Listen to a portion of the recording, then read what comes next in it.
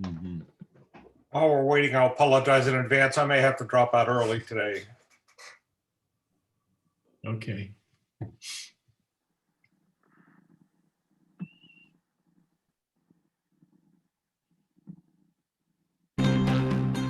There you go. Is Is far-right nationalism a new global movement? Is the rise of right-wing populism the answer to the world's problems, or is it a disruptive force that is threatening the international order?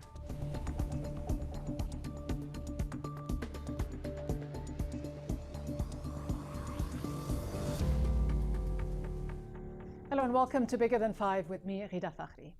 The far right is on the rise. From Italy to India, from the Philippines to Brazil, the specter of populism has become global. In Europe, far-right parties have made headway like never before since World War II. In several EU countries, they have stripped a significant number of seats from the center. Donald Trump, who sees himself as the cheerleader of this rising insurgent movement, tried to capitalize on this growing momentum during his state visit to the UK this week. But beyond their populist slogans, what can these political disruptors actually achieve? From this day forward, it's going to be only America first. America first.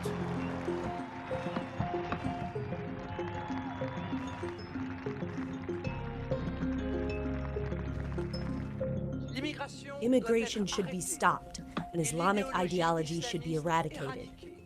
Globalization should be regulated. Economy and oligarchies return to their proper place.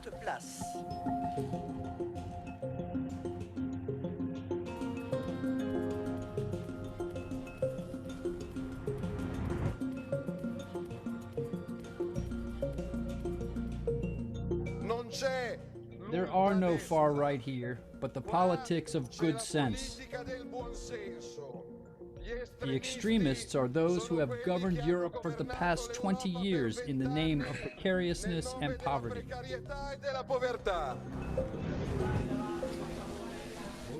Who's that?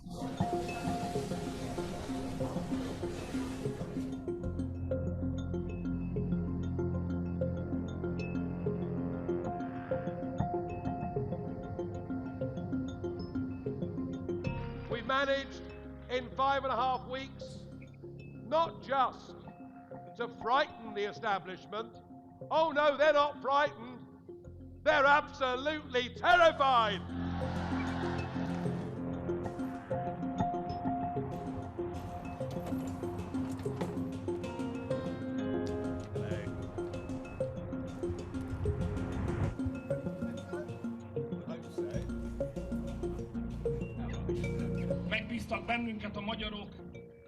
Hungarians commissioned 3 things from us. In the first place, they've entrusted us to stop migrants across all of Europe. They've commissioned us to defend the Europe of nations, and they've commissioned us to protect Christian culture in Europe. And you can be sure that that is what we are going to do.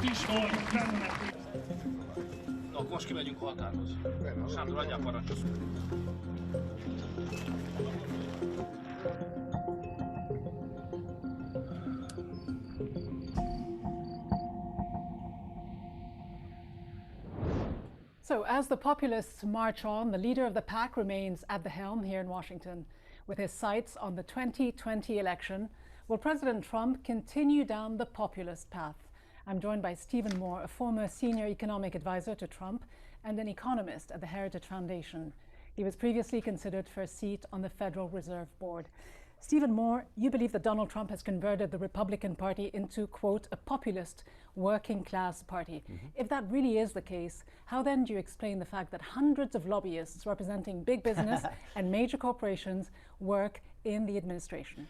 Well, look, there's lobbyists all over Washington, D.C., but I do think that Donald Trump has been a president who has really taken a lot of positions that are populist, that on immigration, on trade, on cutting taxes. You know, if you look at the way he won the election in 2016, he won a lot of these kind of middle-class voters and middle America.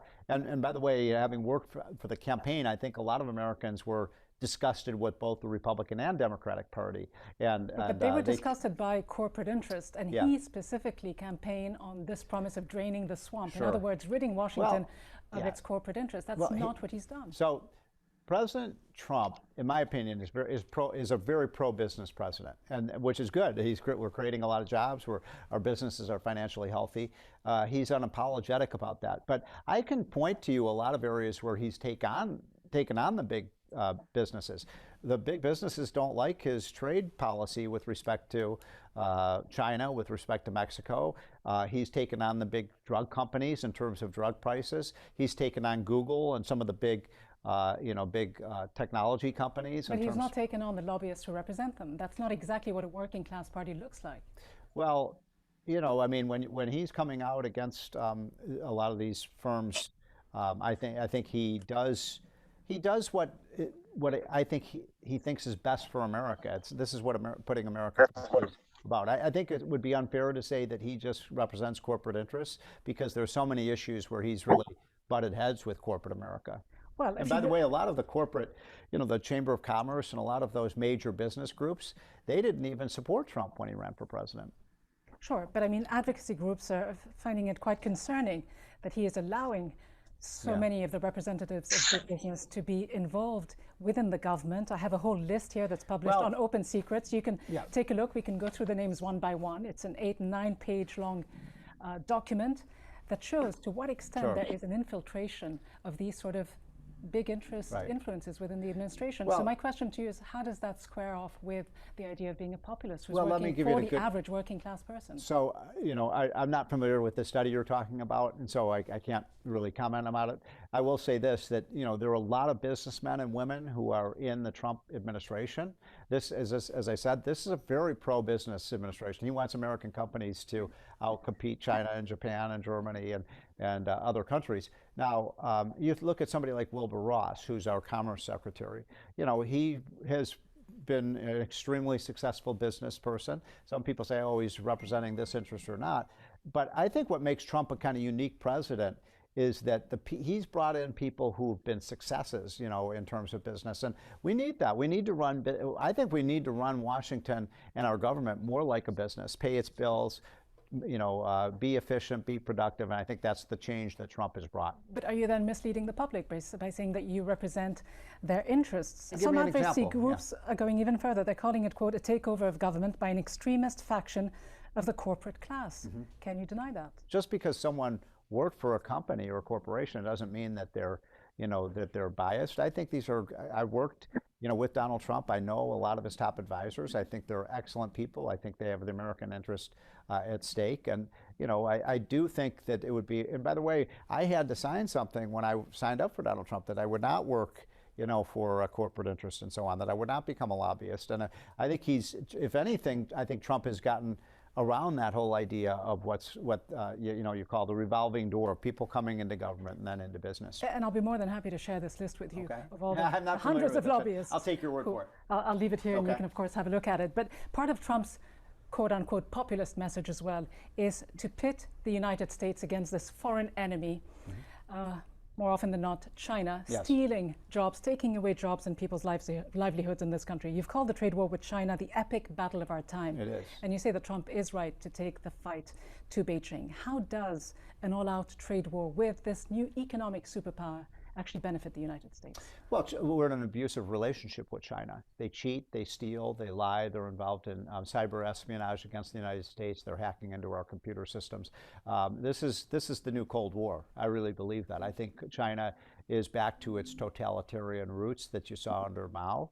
I think it's become a regime that's both an economic and national security danger to the United States. And this behavior of them stealing $300 billion of our technology every year, the fact that they've disregarded every WTO rule and regulation, they're acting illegally, the fact that they have not opened up their markets to the United States while we've totally opened up our markets to them. I think, look, I don't always agree with Donald Trump. You can argue exploitation of workers, currency manipulation, subsidies, lack of freedoms, but the numbers are there. They went from an economy whose GDP was $150 billion just in 1978 to what they are now, Yes. almost $15 trillion. It's an- it's- I mean, It's it a was time to one accept thing this for us- reality and just live with it. It was one thing for us to turn a blind eye to some of the economic malpractice that they were involved in when they were a $2 or $3 trillion economy. Now they're a $10 trillion economy. As you just said, they're the second largest economy. We can't go forward with a relationship where they're cheating and stealing, and we're just basically taking it. It's very easy to blame everything on China when presumably one should also look at the failings of the capitalist system that you are such a fierce defender of. It has not fulfilled the promises it once said it would live up to. In fact, it has left all of these working class people that the Trump administration purports to defend on the sidelines, on the margins. This is the working class president. You know, there was a report in the Wall Street Journal that the biggest wage gains have been for lower and middle income people. I mean, I just think it's been a phenomenal success for working class Americans. I mean, and I think it's a beautiful picture we've got right now. Now, look, I agree with you on the China trade thing. With respect to this is a high risk strategy. There's no question about it. It is going to hurt the U.S. economy. But I think at the end of the day, Donald Trump is going to win. And I think we're going to get a trade agreement with China that will actually mean freer trade between both of our countries, which would be fantastic. And do you expect Donald Trump to get reelected on the basis of what the populist policies that he's adopted so far? I think there's a very high likelihood Donald Trump is going to be elected president in 2020. Stephen Moore, thank you very much. Thank you. I can do it. Further south, the so-called Trump of the tropics, Jair Bolsonaro, was sworn in as Brazil's president in January. The former army captain ran on easing gun laws and promised to stamp out crime. In the first 4 months of his presidency, 558 people were killed by police in Rio de Janeiro alone. That's nearly 5 killings per day, according to the government's own data. And while thousands gathered on the streets of Rio last week in support of Bolsonaro, we went to Sao Paulo to hear how Brazilians there view their populist president. A gente fica muito vulnerável, né? A gente trabalha no balcão um dia de manhã, 5h30 da manhã, fui abordado aqui por 2 elementos, onde o cara me empurrou um revólver, me colocou no peito, me levou lá dentro. Ele o tempo todo tremendo, com a arma engatilhada. Então eu já fui assaltado aqui, sim. E não só aqui, na rua também.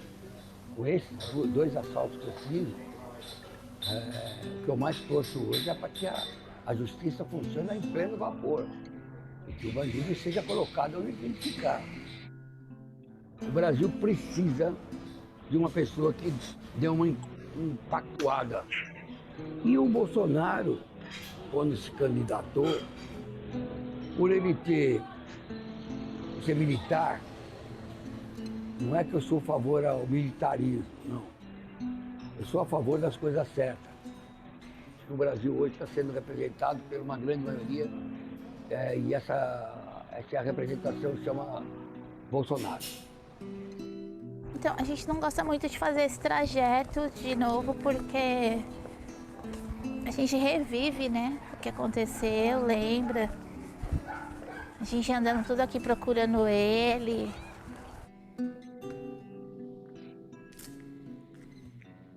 O meu irmão, Paulo Alexandre Gomes, ele tinha 23 anos na época em que infelizmente foi assassinado pela Polícia Militar de São Paulo. Essa é uma das últimas fotos que a gente tem dele. A ascensão do período Bolsonaro no Brasil, para nós, familiares de vítimas, é uma clara evidência, né, de que nós já estamos vivendo e vamos viver tempos cada vez mais sombrios, né, porque ele representa toda essa violência, né? Ele incentiva, ele facilita, né? Então, quando ele flexibiliza os decretos já existentes, o próprio mexe no Estatuto do Desarmamento, por medida provisória, né? Muda regras de posse e porte de arma, né? Aumentando o acesso das pessoas ao armamento. Isso pra gente não é nem um sinal, é escancarado o fato de que as forças estão totalmente desfavoráveis, né, para essas pessoas negras se pobres e periféricas. Então, para nós, ele hoje, né, essa a conversa que a gente sempre tem como familiares, ele hoje é o nosso pior inimigo.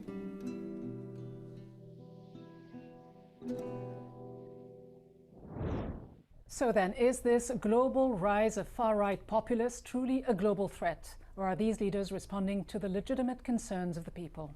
I'm joined by John Alterman, Senior Vice President and Brzezinski Chair in Global Security and Geostrategy at the Center for Strategic and International Studies, and Frank Buckley. He is a foundation professor at George Mason University's Scalia School of Law. He is also a former campaign speechwriter for President Trump. Welcome to you both. Frank Buckley, you call Donald Trump a liberal nationalist. You say that whatever is happening in Europe has nothing whatsoever to do with Trump.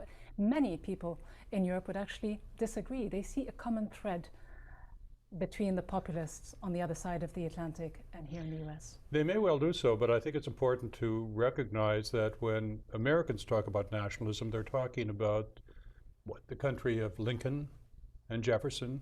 And to the extent that you're anti-liberal, as populists may be, you're something less than an American nationalist. But you're not happy with your country. Today, when we talk about far-right nationalists and populists, would you agree that there are common themes that link them all together and bind them, that they have exploited, and when I say they, the leaders in Europe, in South America, in India, in the Philippines and other countries, they've exploited what Trump also has done quite successfully. They've made this appear as a fight against the elites, against the establishment, against the unwanted migrant. They've shown that this is a struggle, in their words, for the working class. Well, indeed, there's something to that in the sense that, at least in America, the elites, the liberal elites, I might call them that in a political sense, have argued that they're the people on the side of economic mobility and equality, whereas I've argued it's exactly their policies which are keeping us immobile and unequal. So yes, there was a real economic need for a Trump presidency, but I'd really caution against trying to link that to, say, what's happening in India. Would you link this movement to John Alterman? No, I think there is. What I see populist leaders doing is saying, we, the majority, are all homogenous. We are all like each other, and there's a minority that is trying to take things from us, and we need to take the country. We, the majority, need to take it from the minority. In reality, in my view, and I don't know whether Frank agrees or not, actually, societies are made up of lots of different cross-cutting minorities where you share some things with 30%, some things with 40%, some things with 20%. So everybody has so many different identifiers. Everybody is simultaneously a minority and majority, and you trade off. That's the way democracy works. The way autocracy works But is that the way democracy works? Because it sounds is. like exclusionary politics, which could be very detrimental, as you say, to minorities in many countries. The mayor of London just described Trump as, quote, just one of the most egregious examples of a growing global threat. Was this an unfair characterization, do you think, John Alterman?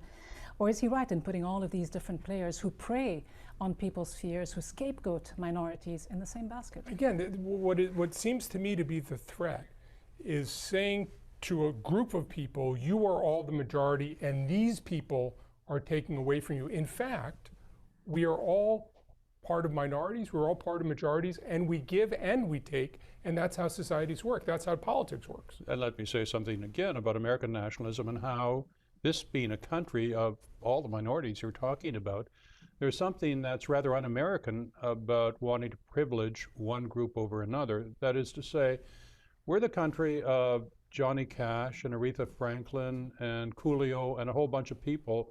Now look, you can... But who's talking about privileging one group over another, except for Trump and his group? I mean, this is a pluralist society, isn't it? I disagree with that.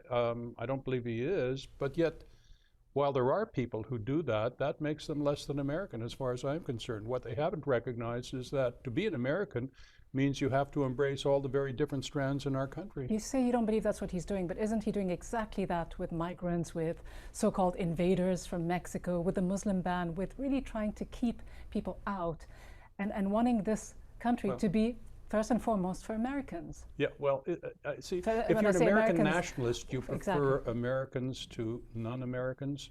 So there's nothing anti-American about saying we need borders. As for the Nobody says we shouldn't have borders. I mean, but the issue is, do you essentially deny the incredible process by which foreign populations become American? That's been the history of the United States. And what strikes me as particular to the Trump presidency, the Trump political approach, is everybody needs to mute. Some people can cease to be a threat. It denies the greatness of America in taking these immigrant populations and turning them not only into taxpayers, but into Nobel laureates and other people to lead the country into the future. Well, I'm one of these people you're referring to, actually. But Frank Buckley, this is not just about economics, though, is it? Because you say that it's the slow process of restoring the American dream. How exactly does this restore the American dream? No, I disagree. And in fact, the best example, the proof, is the new Republican proposals with respect to immigration, which frankly simply copy the Canadian immigration law. I don't hear anyone saying that Canada is anti-liberal or should be attacked in any particular way. No, if what we're trying to do is to promote, say, a merit system based on the Canadian model, that's not racist. In fact, the Canadian experience means what you're going to end up doing is admitting probably a lot more people from Asia. The concern many people, though, have is that this type of rhetoric that we're hearing from populist politicians today, President Trump here in the United States and many across Europe, is fanning the flames of intolerance, that it is pitting one group of people against another. We see this across the board today. Is there a risk that many of these liberal democracies, as we call them, run the risk of becoming undermined, that their values become undermined? Yeah, it feels to me there's a coarsening of politics, that part of politics is assuming that if you lose once, you can win the next time. And it seems to me that baked in to the populist idea is a sense that there are people who have rigged the system and we have to take it back and never lose again. And it seems to me that part of what makes democracy work is an assumption that sometimes you win and sometimes you lose, and you're just as legitimate as a loser as you are as a winner. And it sounds like this perpetual victimization that we hear often here. Yeah. Frank Buckley, would you agree? No, yes, there's a lot of that going around. I wish people had thicker skins. You know, the only people who have problems with the legitimacy of the Trump administration are people on the left, which reminds one of what one admitted populist said. Huey Long said, if fascism ever comes to the United States, it'll come under the label of anti-fascism. But aren't we seeing the beginnings of that in many respects? With some of the rhetoric that's being used, it's vitriolic, many people would argue. We also see a breakdown in the institutions of the state. I mean, can you say, frankly, that President Trump hasn't been undermining the independence of the justice system, the independence of the free press? Can you say that? He's not been a model of civility, I will grant you that. And his tweets on the way into London just reinforce that. Yeah, but you know, that said, when you look at policies, as I say, the idea of a Canadian system, or indeed the idea of preferring Americans to non-Americans, well, that's precisely the definition of nationalism. What about refugees? I mean, it seems to me Canada has an exemplary way of welcoming refugees. The U.S. has not only cut the number of refugees, but has eliminated the possibility of many Muslims even visit the United States. I think we agree on the idea. Yeah. The problem is in the implementation. It seems to be these people are dangerous, it's us against them, and that us, them, instead of we is a different approach. I quite agree with you about refugees, by the way. So where do we go from here? Do we see an increase in populists around the world? Do we see a trend towards deglobalization? What is the answer to many of the world's? I think ultimately populists can't deliver what they promise. That there's always something, populists often, the movements get started on the charisma of a leader. But either after the leader dies or leaves the movement or just can't fulfill all the promises, people see through it. Democracy, and I distinguish democracy from populism, this sort of messy, everybody's in the minority, is slow, it's messy, it's inefficient, but it's better than all the other stuff. Yeah. And I think we have to get back to understanding it's not perfect, but it's better than all the alternatives. Are we seeing the slow demise, the slow decline of democracy? No, I don't think we are. It may be so in other countries, but in this country, if that is happening, it's only happening because some people are questioning our constitutional norms. But in the end, look, I think Americans have self-correct. Are they questioning constitutional norms, or are they questioning the way the president has behaved in many respects? Oh, well, you know, you can certainly criticize Trump's tone. He does not speak like a gentleman. Let us admit that. It's fairly easy to do.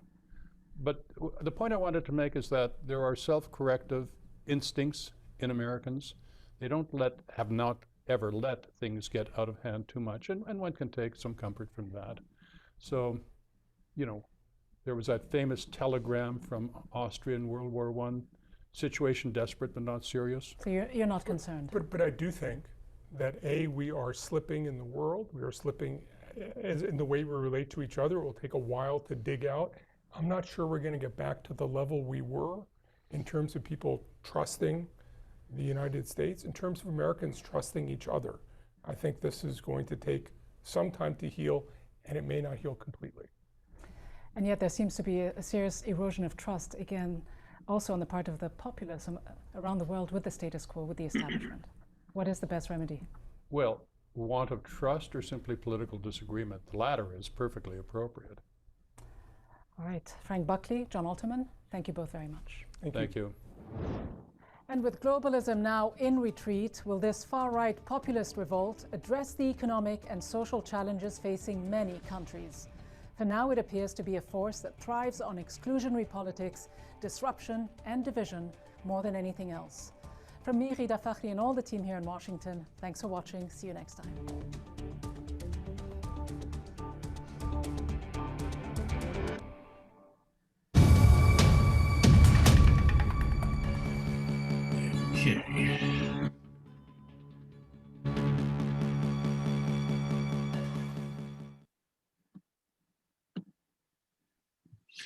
Okay. Well, there's a lot to unpack there, and a couple of things popped out. Did you get the feeling that a couple of these last two who were interviewed, even the very first one interviewed, Stephen Moore, that they were kind of dancing around the questions? What's that noise? December 2016. Tony? Yeah, hold on. Is shaking up the establishment.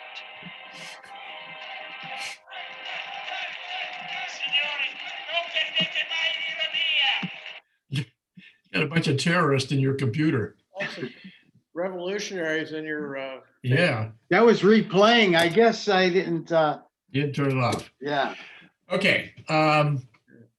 Did you get the feeling that in the ones who were interviewed in this video clip, that in many cases they were dancing around the question? You think there's some things that were kind of unclear?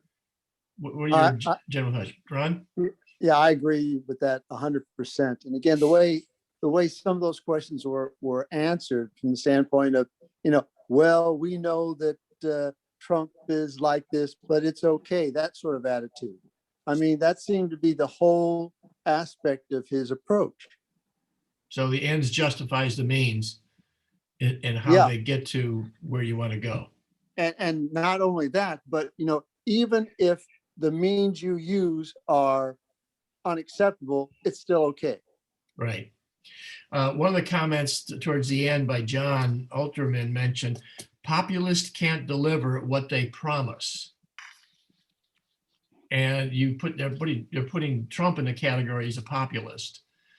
So what do you think about that? Or is the idea that the phrase, we have to go through this process to get to the other end again, to reestablish, quote, normalcy? Is that how you see that, the idea of populism? Populism has come up and down in our country in history, particularly in the latter 19th century, for example, Populist Party, and it morphed into a whole different type of movement.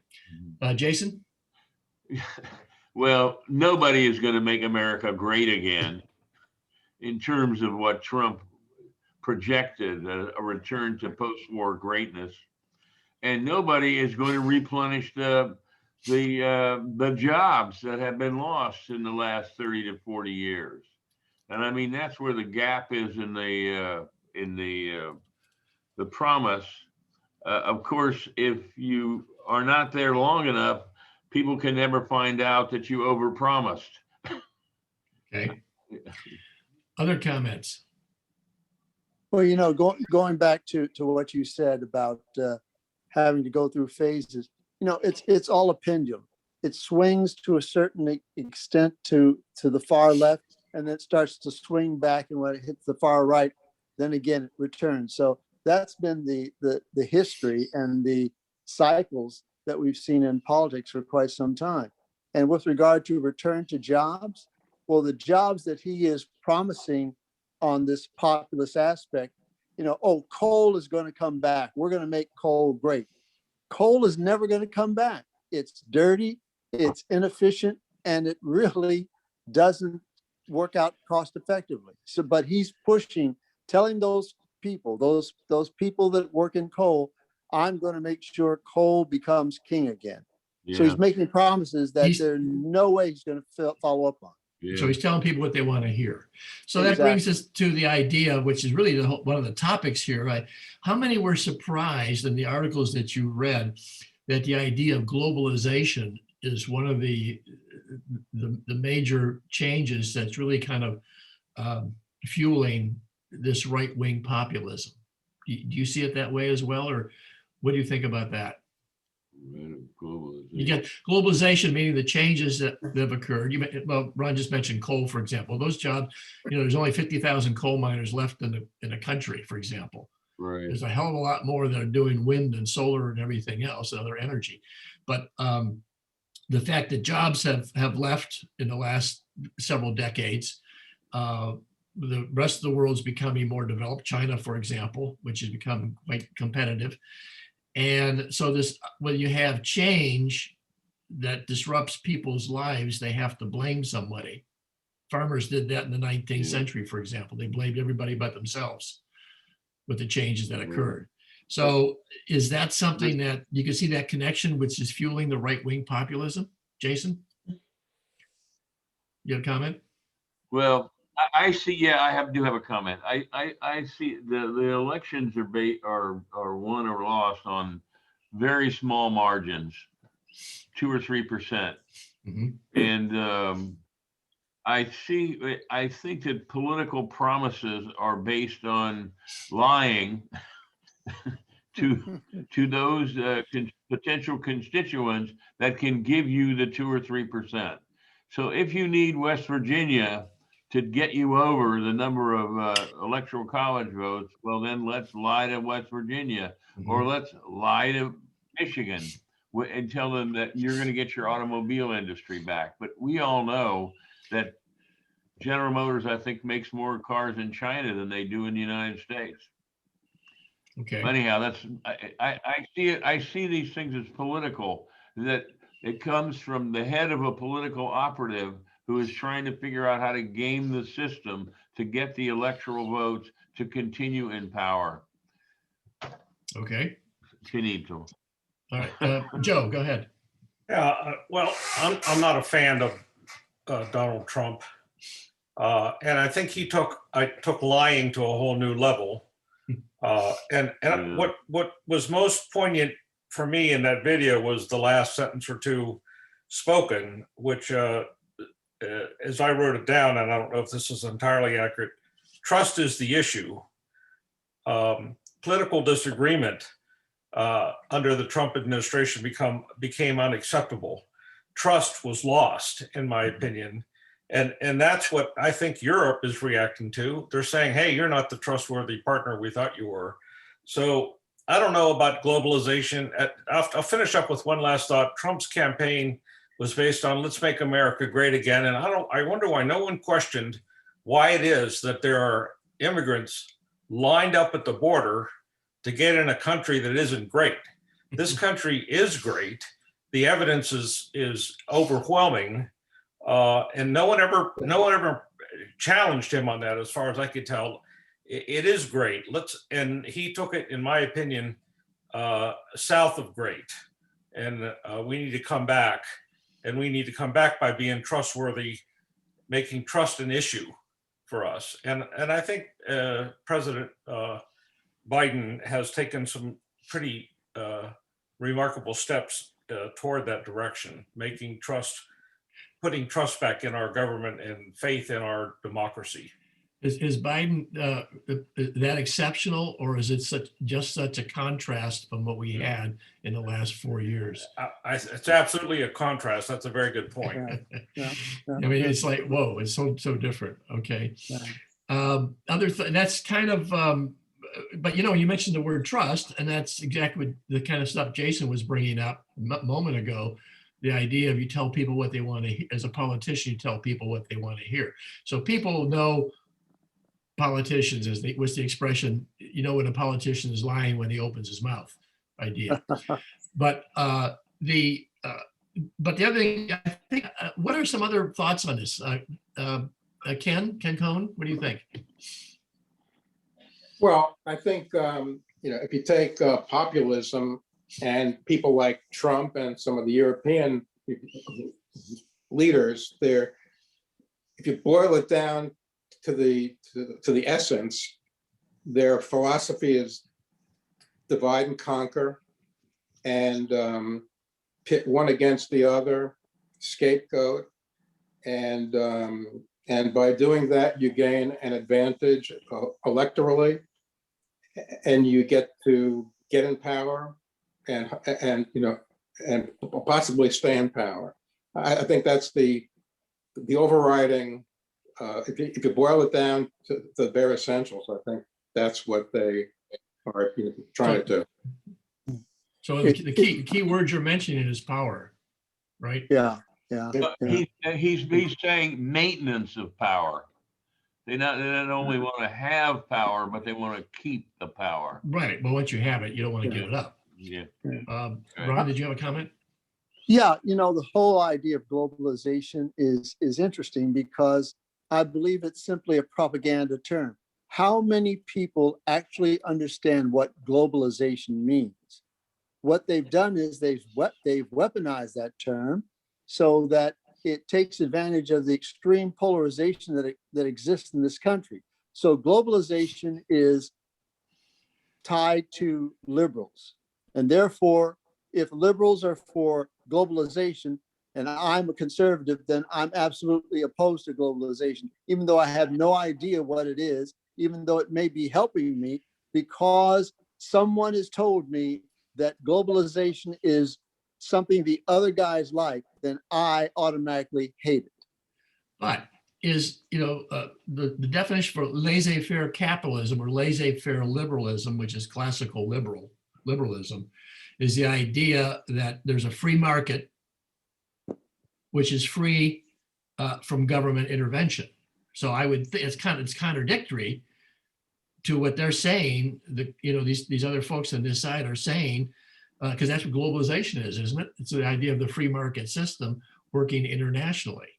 So there's a lot of, and so what you just brought up in that one article, which was the longest one at 23 pages or something, really gets into the whole idea of complex systems. And as you mentioned, the words, words matter, but what do words really mean? And do they mean different things to different people? Ken, what do you think? Leibach? Words really matter. Words really matter. I like to hear statistics to back up statements, and that's so very rarely given, except by Donald Trump, and he would just make them up. Well, a psychopath knows when they're lying, they just don't care. Well, seriously. Yeah. And his support base would just believe what they wanted to believe. And so... Well, but doesn't everybody believe what they really want to believe? The idea of cognitive dissonance, where the idea is, it's taken me my whole life to form these opinions. I have these ideas, and now you come up with something opposite. So consequently, I don't believe you, and you're obviously wrong, and I'm right. So this goes both ways. Am I right? Valerie, I haven't heard from you. What do you think? Or you can pick up. Are you still at it, Ken? No, go ahead. He's done. We were accusing the people in the film of dancing around and not really getting to the point. It sounds like we're doing the same thing, because from my vantage point, I think the critical issue is the browning of America. That's where the greatest fear is. That's what's driving a lot of the policy initiatives. That's what's driving our choice for elective offices. And that's right there in the center. But we don't want to talk about it. No, I think you're absolutely right. That's the core of it. And you and I, Valerie, you and I have talked about this before. Any other thoughts along those lines? Well, Valerie's comment. Jason? I agree with her. I do think the policy of the Republican Party specifically is to suppress black votes whenever possible. I don't expect that Valerie will agree with me, but it's an opinion that I have.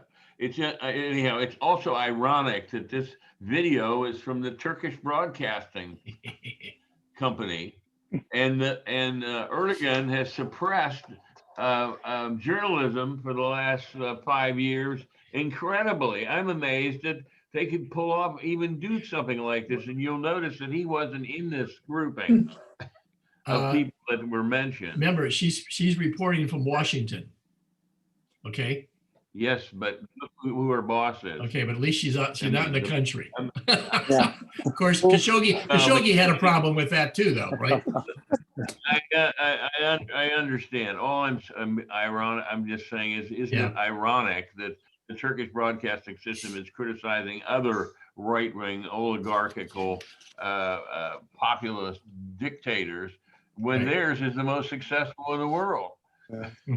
That's all. It has nothing to do with the subject. You know what? Well, it does in a way. Yes. Go ahead, Ron. What I've seen is, there was a study, a psychological study that showed that because of our predatory ancestry, that rankings are extremely important, and especially with our British heritage culture, which has classism that's just crazy.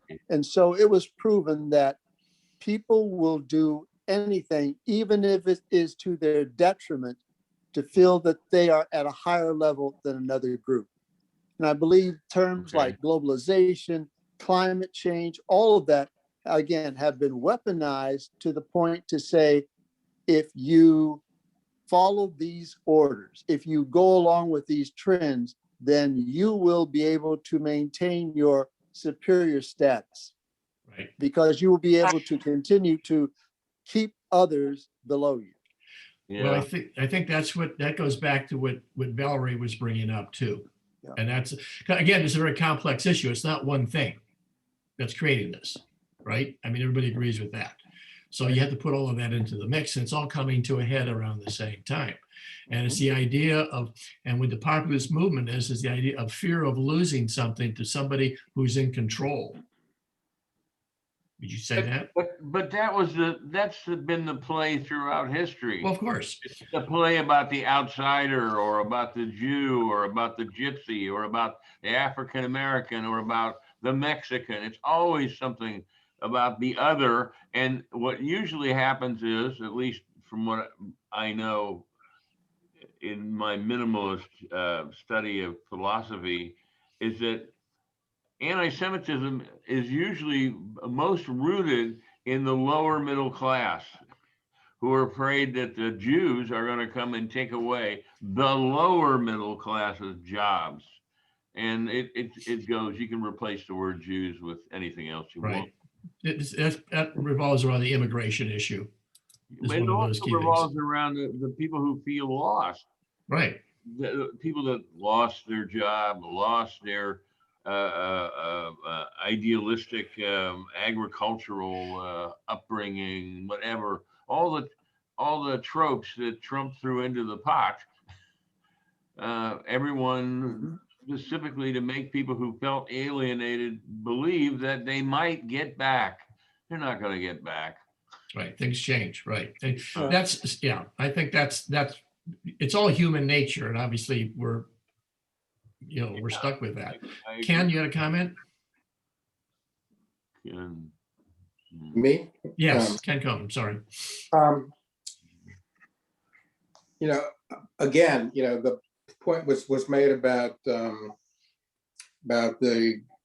country becoming more black and brown, and the theme, whether it's Trump or the European populists, the overriding theme is stop immigration, stop the hordes of brown people from coming into the country and changing the country and making it into something that we're not and taking our identity away.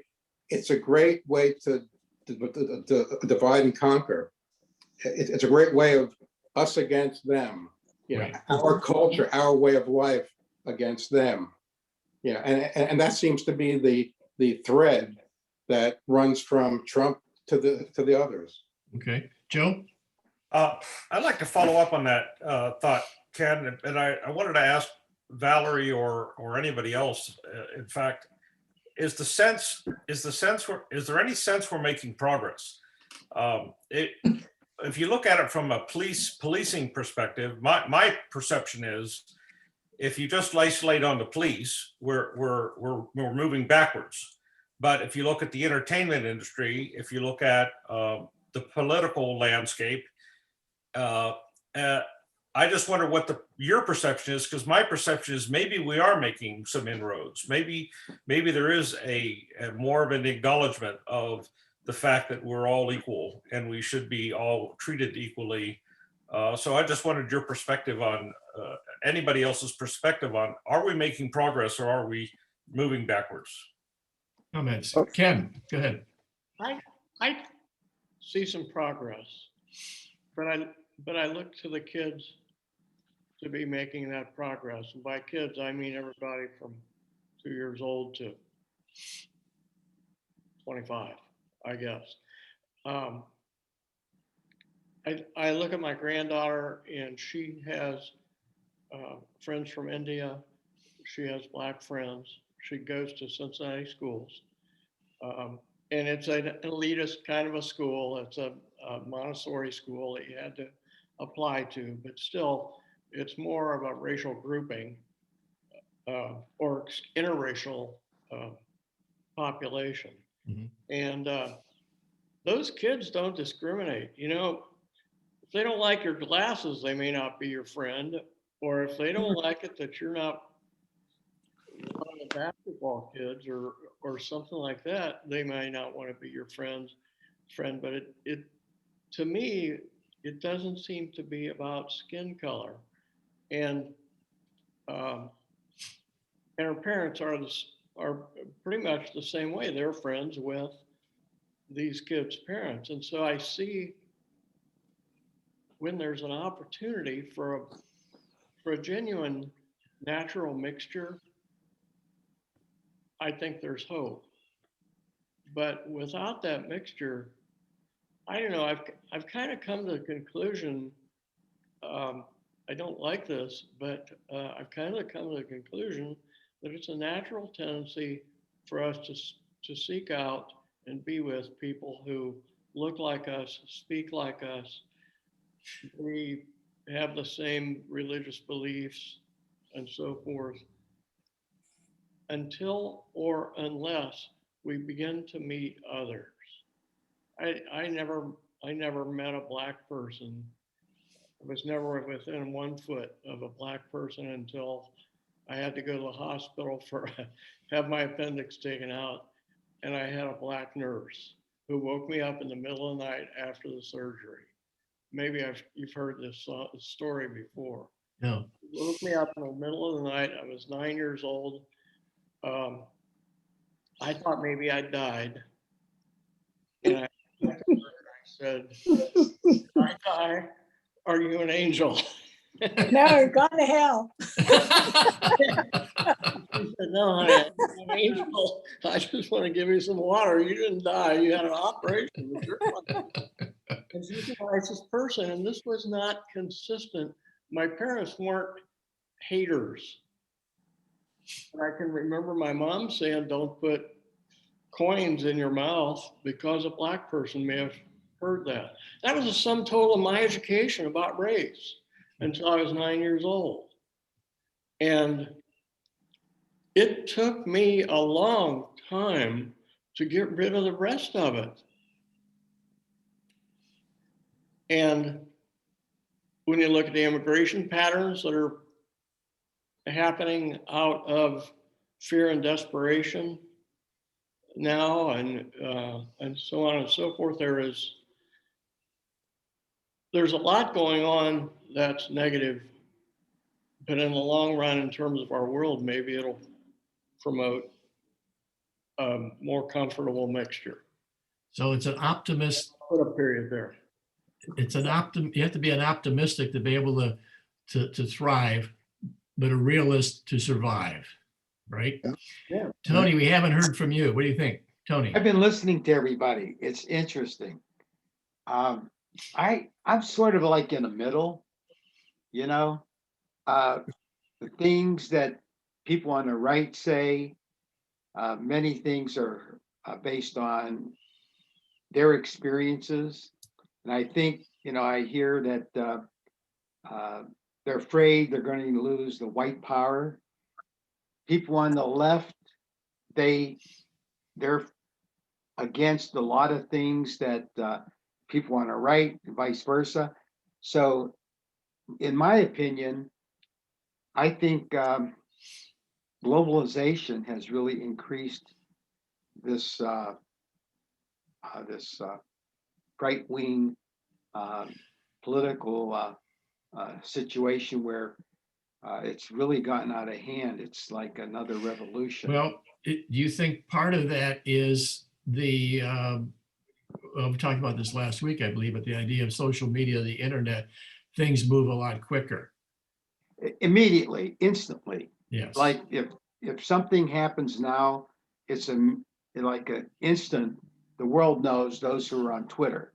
Right. It could be millions of people, like Donald Trump did, and a lot of the things he was running on, I can see why the right-wing evangelicals were really pushing them, because they're against abortion, they're against gays, they're against a lot of the things that many religious people have been against. Okay, and people without jobs.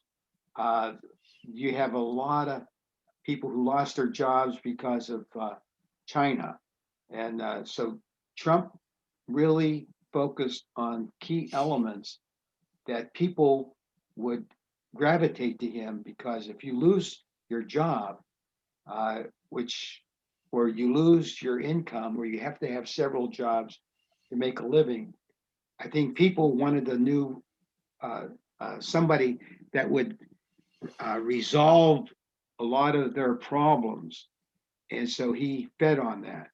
Okay, the thing we have to do, I think, is do our research. We talked about this earlier. Now, how many of you believe coal is dirty? Let me see a hand of those. Always dirty. Yes. Clean coal came from a PR firm up in Canada. Now, I did a research on that, and nuclear. How many think nuclear is bad? Nuclear energy is bad. No, not anymore. Okay, here's the thing. Coal-fired electricity generation is cleaner than ever. New coal plants with pollution controls reduces nitrogen oxides by 83%, sulfur dioxide by 98%, and particulate matter by 99.8% compared to plants without controls. So I think if everybody did research before they made statements, this would really solve a lot of problems, because we had a lot of lies that Donald Trump gave us, and really, like 30,000 fibs, something of that nature. Yeah. And that my point is this: people need to do their research before they take a side. My wife always jumps on me because she says, "Where did you get your source from?" So I stopped making postings on Facebook unless I research the source. This creates a lot of anxiety in people, because I was getting these postings on Hillary, on Biden, and everything else, And I say, oh my God, they did this. And then this would be going around the whole internet of people that were so far right wing. And then when you start doing research, it's not true. The same thing with other aspects on the right side.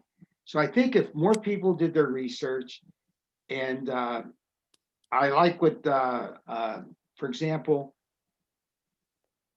vaccinations. How in the world, when you have over 500,000 people died, okay, would people resist vaccination, being vaccinated? That's an example where fake news has driven all these people who don't believe in vaccinations to hurt the world, because one person has done all of this in the entire world, has spread this virus throughout the world. So when we have people who don't, you know, don't follow the real truth, it affects the whole world. That's my take on this. Part of human nature, isn't it? Ron, you were jumping out of your seat. Yeah, what I think Tony is mentioning is critical thinking. There is no more critical thinking in the United States. Exactly. If you see a message on an email, and I was told that at least 40% of Americans get their news from Facebook. So if you see the American Academy for Global Sciences said that vaccines are terrible, then you say, oh, well, who the heck is the American? Nobody looks at the source. Nobody tries to find the information. They just see a headline. And because the headline sounds good to them, hey, I'm going to believe this. So critical thinking, and Tony, I agree with you.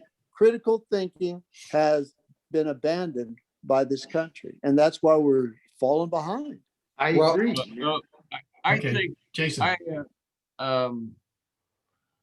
There's an old quote that you all know, which is that no decision is made on complete information, or never when you consider a subject do you have all the facts.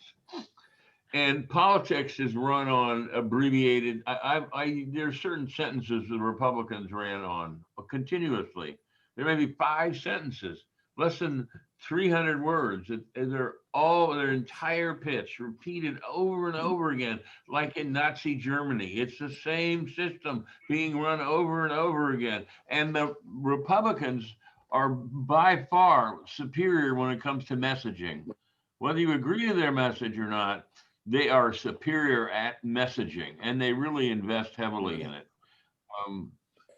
I want to say that when Hitler came to power, one of the things that he sold to the people was he wanted to kill off cosmopolitanism, the mixture of races and the mixture of nationalities.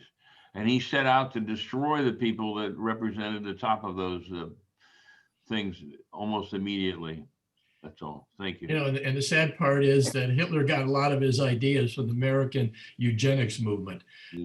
Valerie, right here. You have a comment, Valerie? I wanted to respond to Joe, and he left. Oh, maybe you can yell, Joe. He had asked the question about whether or not we're making progress. I think the answer is TBD, because a couple of things I believe will drive our long-term fate. One is, what kind of immigration policy will the Biden administration come up with? Right. And the other is, what is going to really happen to the Republican Party? Are they still going to consider Donald Trump as the leader of their party, or will they be able to move in a different direction?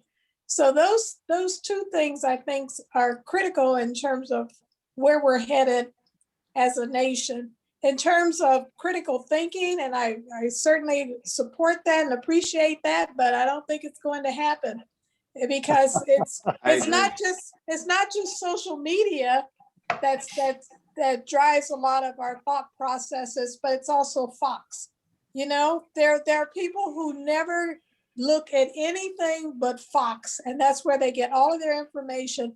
And I won't just limit that to a kind of a uneducated or low information crowd.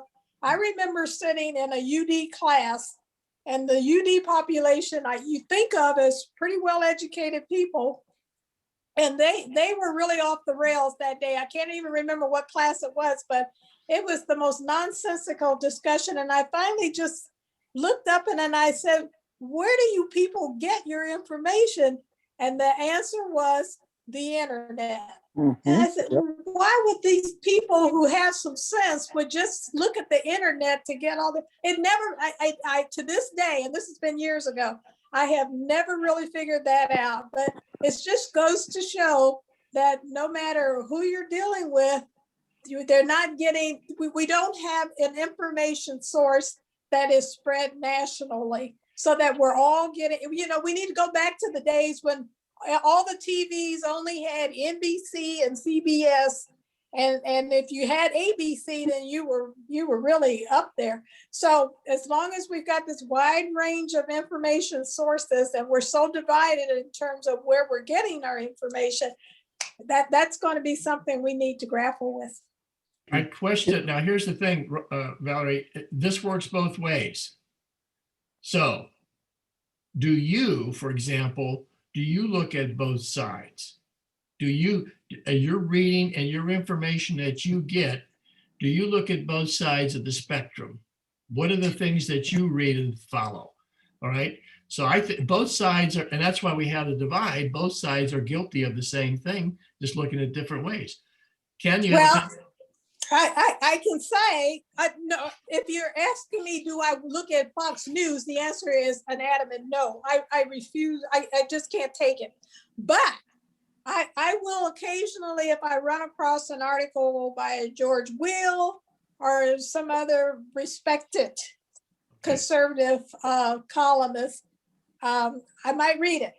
And also, there have been occasions with the problem with the Wall Street Journal is that you can't pull it up. You know, sometimes they'll give you 3 free articles a month and whatever. Wall Street Journal doesn't do that. They're pretty tight. Yeah, you So, have to subscribe. So unless I'm in a library, then I don't have access to the Wall Street Journal, because occasionally, sometimes if I'm leaving a hotel back when I used to travel, I'll pick up a Wall Street Journal, and there have been some things in there that I thought were worthwhile. Okay, good. Well, so legit. I'm doing a little bit. Okay, so you're doing legit, and I know what you're saying. So legitimate yes. media. Yes. Ken, did you have a comment? Ken Cohn? The point was made earlier, consider the source, and I try to go by that all the time. Whenever somebody says something to me or makes a ridiculous statement or sends me a link, I always write back, where did you get this from? And consider the source, you know. That's a good point. You know, the problem that was pointed out already is that we are bombarded with so many sources of information, quote unquote, that the average person can't really filter it out and tell which is the BS and which is the legitimate real news.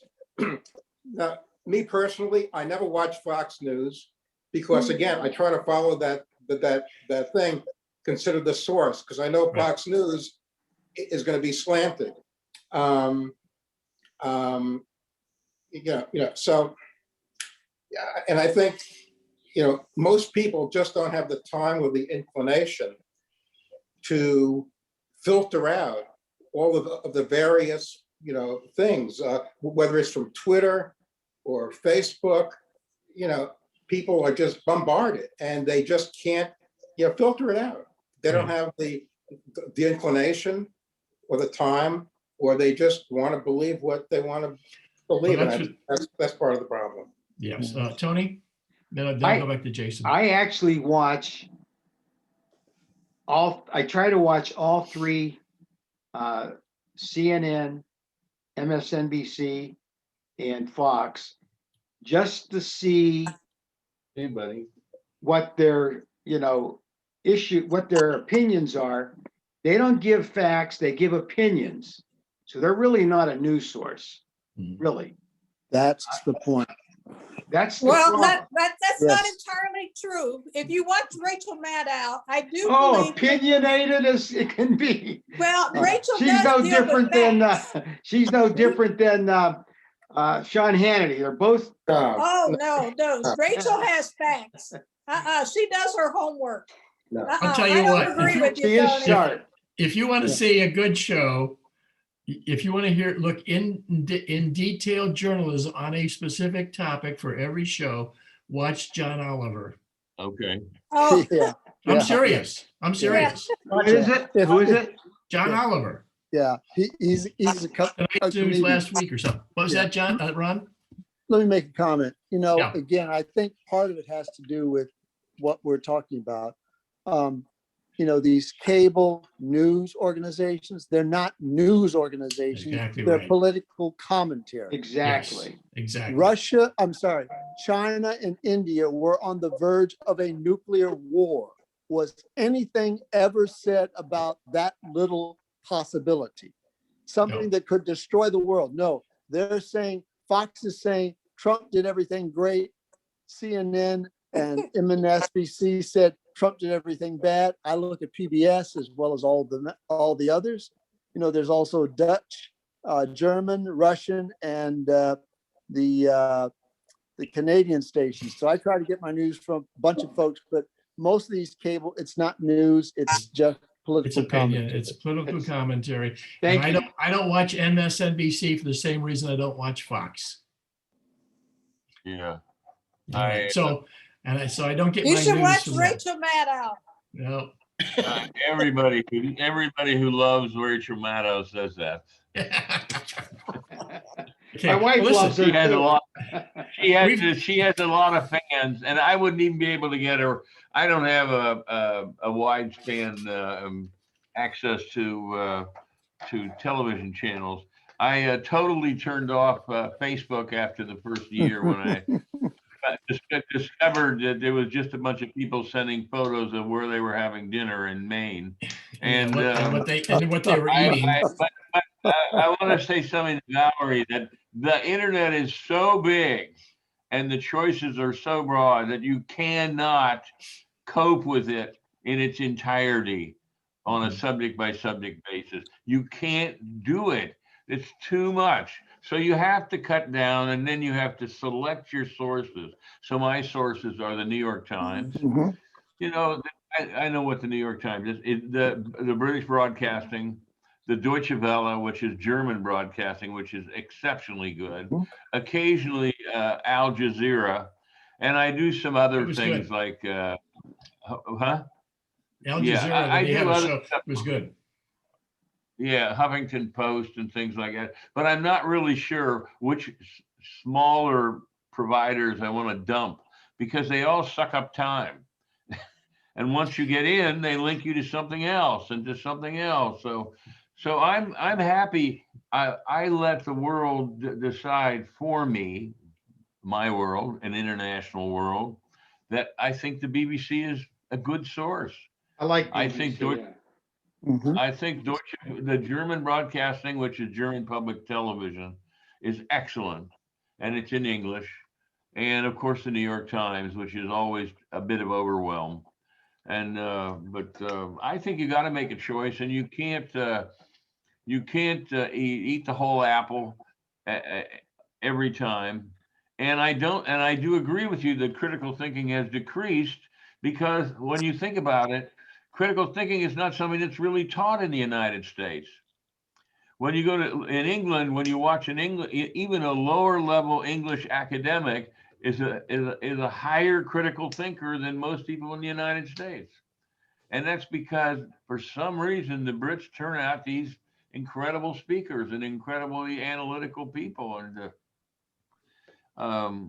anyhow, I'm ranting. It's I can tell you, I taught critical thinking the 7th grade using junior achievement. There's a section in critical thinking, which was awesome for these young people. Okay. We need to have more of that in elementary, in high school. Right. Yeah. Well, it's worth noting that a member from our state board of education was one of the insurrectionists on January 6th. Really? It's worth noting. Just to Yes, show it is. Ohio Now, education. you know who's really good at this is Larry Orcutt, in terms of analytical thinking, because he worked in a branch of the Air Force where they Intelligence, analyze data. And he talked about it yesterday in another group. And I mean, I was totally like, okay, you know, it's not something I know I can do. I tend to make strong first impressions based upon my life experiences. Well, that's normal. And But you have to counter that. well, I do cover it. No, you have to counter it, meaning back to the critical thinking. So it's not just the first. Well, you have to look at the. You have to think. You have to think. Right. Yes, that's right. That's right. You have to think. Okay, That's what I'm trying to do here. Well, let's do this. Let's do our quick roundup here. Everybody's got about 30 seconds to make your final comments. I'm going to start with Kenny. Go. Well, I predicted in my mind that this would be a lively discussion, and I find it interesting whether your opinion is on the right or the left or conservative or liberal or whatever you want to say. People are just so sure of themselves these days. They're so sure that they're right, and I'm not. Okay, that's good. You have to question yourself. That's what you're saying? Yeah. Yeah, good point. Ron, final comments. I think that, first of all, this country has to eliminate polarization. We have to all start moving towards the middle so that we can actually compromise and accomplish something. And again, as I mentioned, I think we have to start taking a look at where we get our information. I remember when I was in politics, someone said that the average American can understand about fifth to seventh grade English.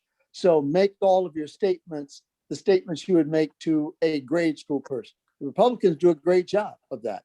The Democrats tend to speak on a college level, and so they're not quite getting there. But again, I think critical thinking and moderation are going to be the solutions. Okay, good. Ken, final comments. I think, again, problems are too many information sources, much of it BS, people not having the time or the inclination to filter out which is correct, which is incorrect, and politicians who will say anything in order to get a few votes here and there, and the populists who we started talking about do that by dividing and conquering and pitting one group against the other. Okay, Valerie, final comments.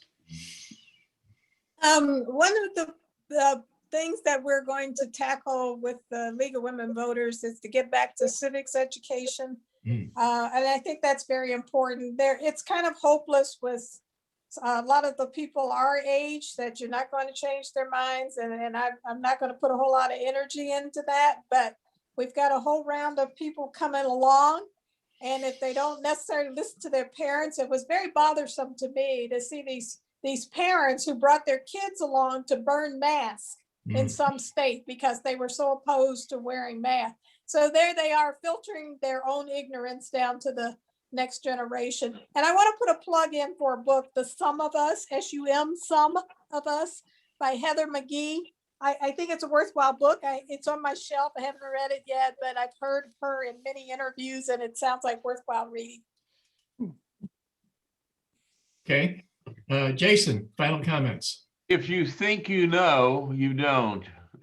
Well if I think I know, I don't. The position to be maintained, at least if I'm conscious, is a conscious awareness of what's going on, but to not summarize it and focus it in any particular direction, and just continue to collect information. Okay. I mean, it's inconclusive. It's inconclusive because the ideas that we're talking about are always inconclusive. And we can pull them together and make them into a cohesive, synoptic, action-driven outcome. Okay. I don't know if that said anything or not. But... No, that was good. Tony, final comments. Get your sources before you do anything or spread the word. Have critical thinking. I like that. And I think this would reduce a lot of the tensions and things that are going on right now. Okay. Yes. I don't know if we drifted too far from what our topic was, but then again, it is a complex topic. So we talked about a lot of different things. I hope you enjoyed the discussion today. Tony, what are we going to do next week? What are your thoughts? Anybody? It's up to whatever anybody makes suggestions. We use this one. I don't know who gave this topic. I think it was Ken. I believe so. Yeah, Ken, it was a good topic. We can do something on the virus which affects all of us. We can do something like Kenny did when he brought up the news media. Kenny, do you still have that information? More or less, it's cooked up here. Okay, probably have your emails from before. Dr. Fletcher, any suggestions? Are you tied up next Friday or what? Yeah, I'm pretty much tied up until April because I've got class at UD that I'm going to teach. So, okay, Valerie, you always have some good suggestions. Anything? I was going to follow up with somebody who was talking about policing. Just to let you know, the committees that Nan Whaley's been working with and the Dayton Police, all of that's on the website, DaytonOhio.gov/police reform. So if any of that you want to look through and see if there's anything in there, it's on the web. I was expecting to have a call from the sheriff's department before our meeting today because I've been in communication with them and they've been really busy. They couldn't do it today. That's why I selected this topic. If I get word from them that they can do it next Friday, then we'll do that. Otherwise, Kenny, why don't you put something together? Yeah, Jason. I was thinking America's diminished position in the world. I mean, what is America now? Who is America now? Where do we fit into the system? I mean, literally everybody in the European community doesn't trust the United States anymore to live up to its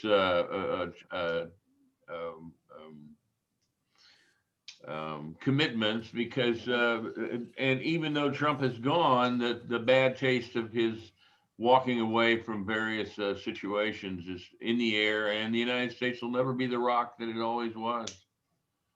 Well, that is a real situation that happened because of I think when he let the cities be attacked by the Turks, that was so bad. How could anyone trust America for any type of security agreement or anything like that? That was horrible. Yeah, it was, and that's only the top of the. Yeah, that's a real.